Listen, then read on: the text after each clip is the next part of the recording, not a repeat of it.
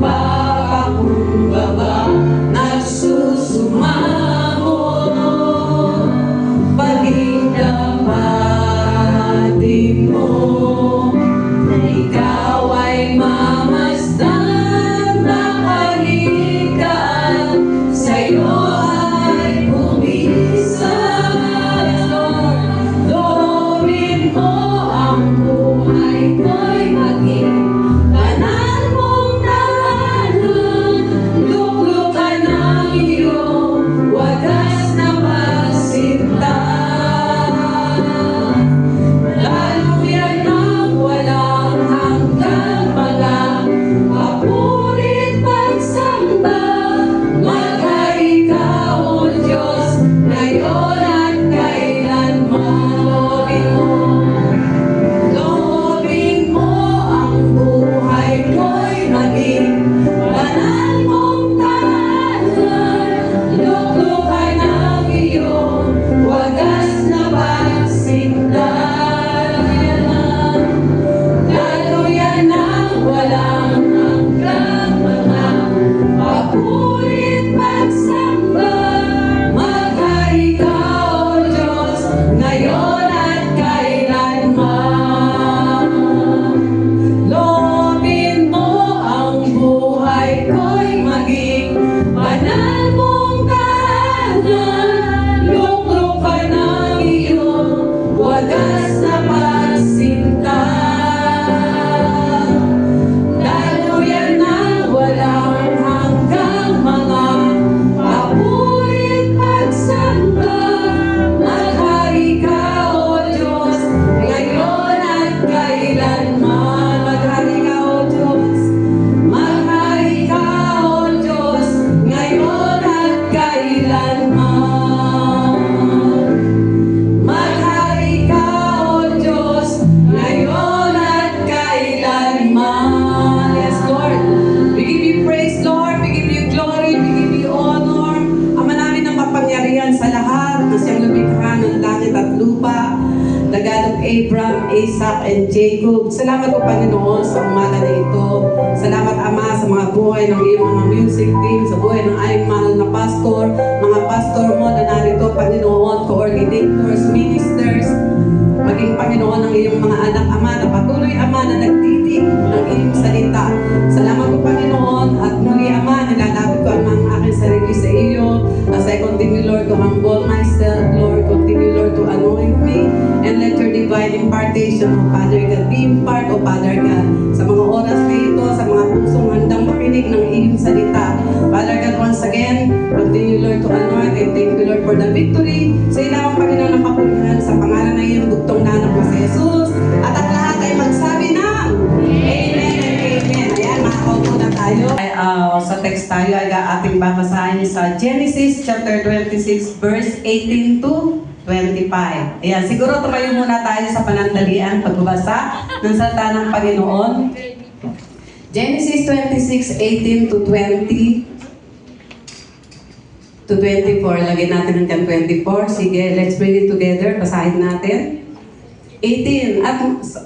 And Isaac dig again the wells of water which they had digged in the day of Abraham, his father. For the Philistine had stopped them after the death of Abraham, and he called their names after the names by which his father had called them. 19. Are you there with me? Ariyan ba kayo? Sige, sabay-sabay tayo. And Isaac's servants dig in the valley and found their well of springing water. 20. And the herdmen of Gerar did strive with Isaac, herdmen saying, the water is ours. And he called the name of the well Esek, because they strove with him. 21. And they dig another well and strove for that also, and he called the name of it Zitna. 22. And he removed from thence and dig another well, and for that they strove not, and he called the name of it Rehoboth. And he said, for now the Lord hath made room for us, and we shall be fruitful in the land. Diretso natin sa 24. And he went up thence to Beersheba. And the Lord appeared unto him the same night, and said, I am the God of Abraham, by Thy father, fear not, for I am with thee, and I will bless thee and multiply thy seed for my servant Abraham's sake. Purihin ang salita ng Panginoon. Makaupo na tayong lahat. Hallelujah. Purihin ang salita ng Panginoon. Let's give a round of applause sa presensya ng ating banal na Espiritu at sa presensya ng mga anak ng ating Panginoon na narito. So dito, in this passage, we find Isaac in a season of rinse and repeat. No?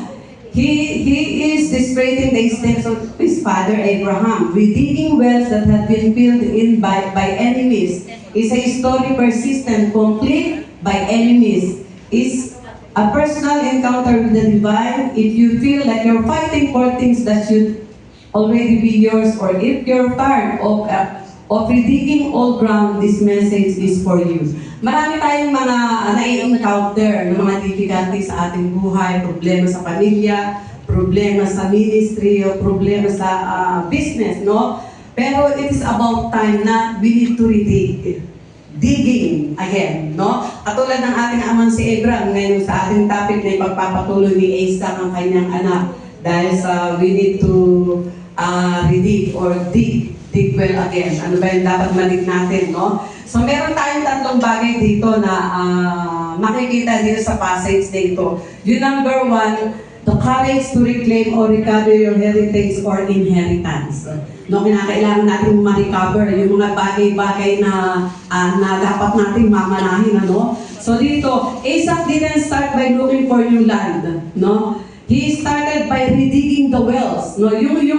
Yung wells na yun na dating na-digs ng kanyang tatay na si Abraham, yun kasi nakabunan na. Tinabunan pa, yung kanyang legacy ay matakpan. No? Tinabunan yung mga enemies ng mga Palestine. Pero dahil sa ang pangako ng Panginoon kay Abraham ay matutupad also through Isaac. Kaya nato ngayon si Isaac, maaaring ikaw ay si Isaac, no? Na kinakailangan talagang tumayo para panindigan at irilig mo ang iyong mana na dapat mong manahin. Amen? So dito, the courage to reclaim or recover that your heritage or inheritance. Isaac didn't start by looking for new land. He started by redigging the wells of his father, no? Hadad. The Philistines had filled them with the dirt or out of envy, trying to bury the legacy of Abraham. No? Sometimes the breakthrough you need isn't a new thing, but in reclaiming a true thing, we often let the dirt of life, sabi doon, Zionism, disappointment, or the opinions of others cloud or a spiritual foundation. Revisit the foundational truths of your faith and the dreams you once abandoned. Don't let the enemy's dirt keep you from your Father's water. So alam ba yun ng ating Panginoon ay meron talaga siyang pangako sa buhay ng kanyang mga anak. Na maaari yung pangako na iyon ay natabunan na. Gustong tabunan yung legacy ng ating amang Abraham. Gustong tabunan yung legacy na dapat ay sa iyo. Pero ang sabi ng pang, we need to redig. No? Kinakailangan maridig yung wealth na iyon para mag-overflow yung mga wisdom, knowledge, yung yaman na dapat ay sa iyo, tinakpan ng kaaway. So ang gusto mangyari ngayon ng ating pang redig the wealth. Amen. So yung number one, the courage to reclaim or recover your heritage or inheritance. May mga bagay na akala natin na wala na.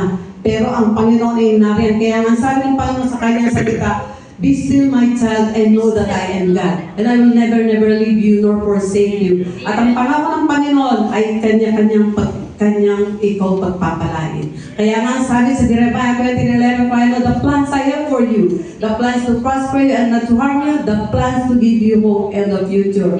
Akala mo minsan meron kang naranasan sa iyong buhay, no? Na akala mo katapusan na. Pero hindi. Ang nais ang Panginoon, just redig the well. Amen? Sige, palakpakan natin ang buhay ng bawat isa.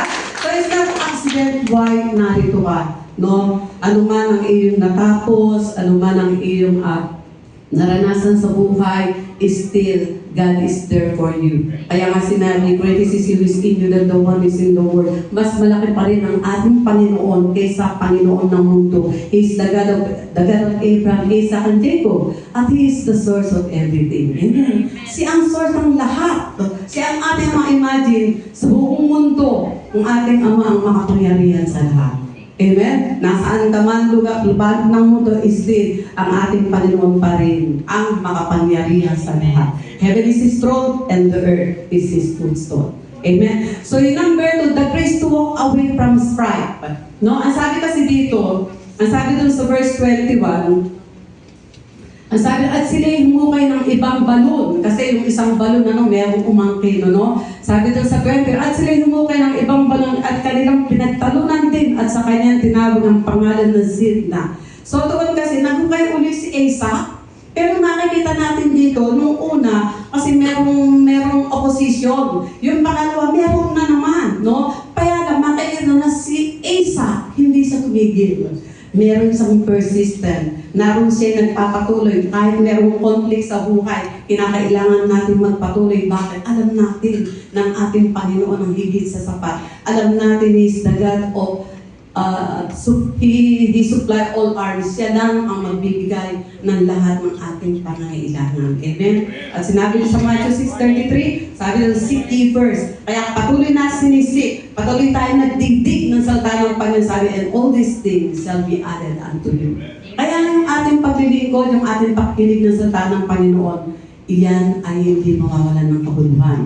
As we continue to serve the Lord, as we continue to listen to the Word of God, as we continue to sit in the presence of the Lord, nariyan ang ating Panginoon. Ang pangako niya, He will never leave you nor forsake you.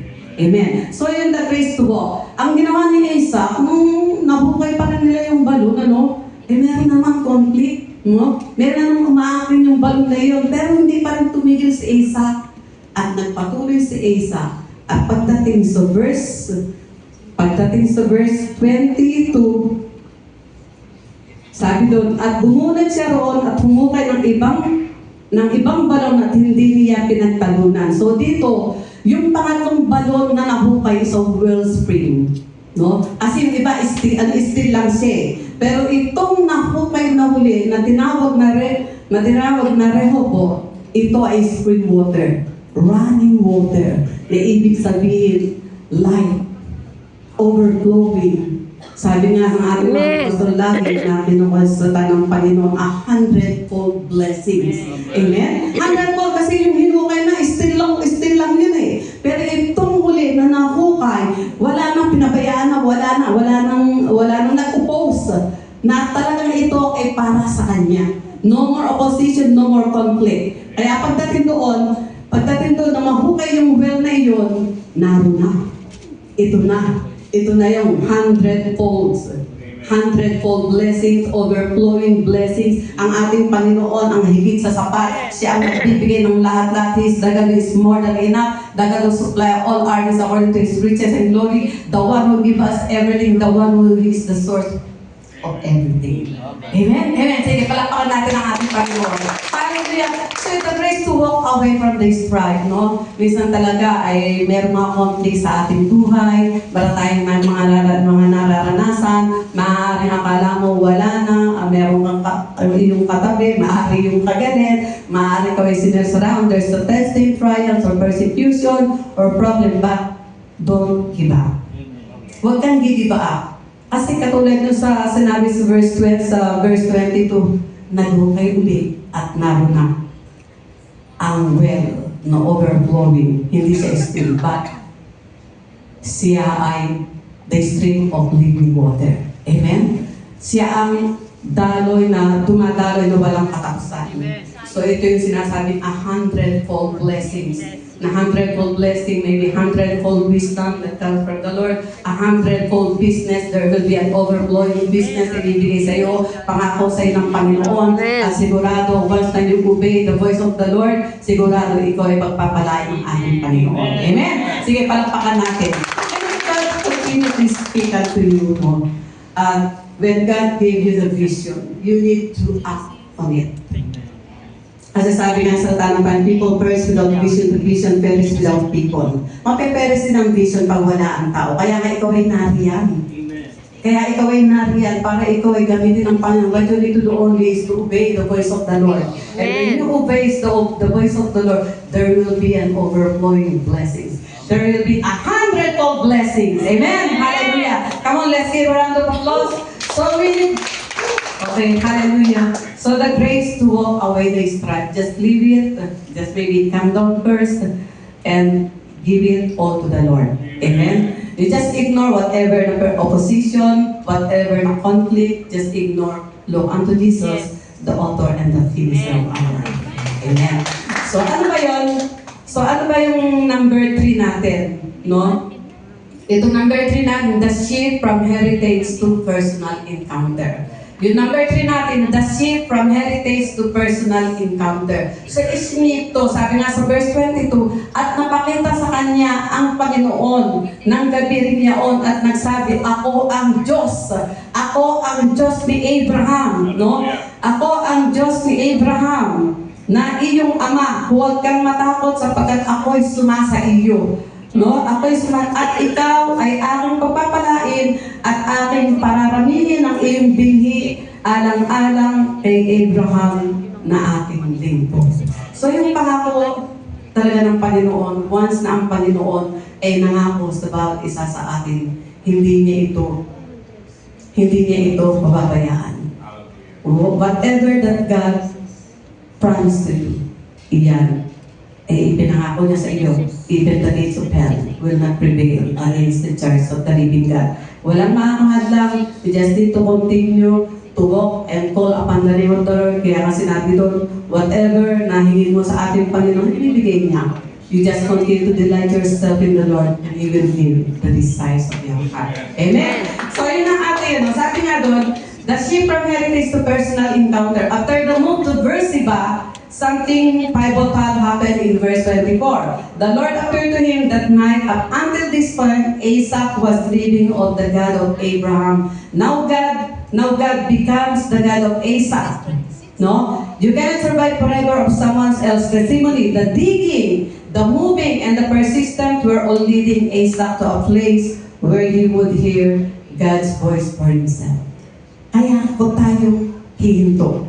No, continue digging, moving, and continue to be persistent in serving the Lord. Ano ba ang vision na bigay sa iyo ng Panginoon? You need to move on. You need to continue digging and persistence in serving the Lord.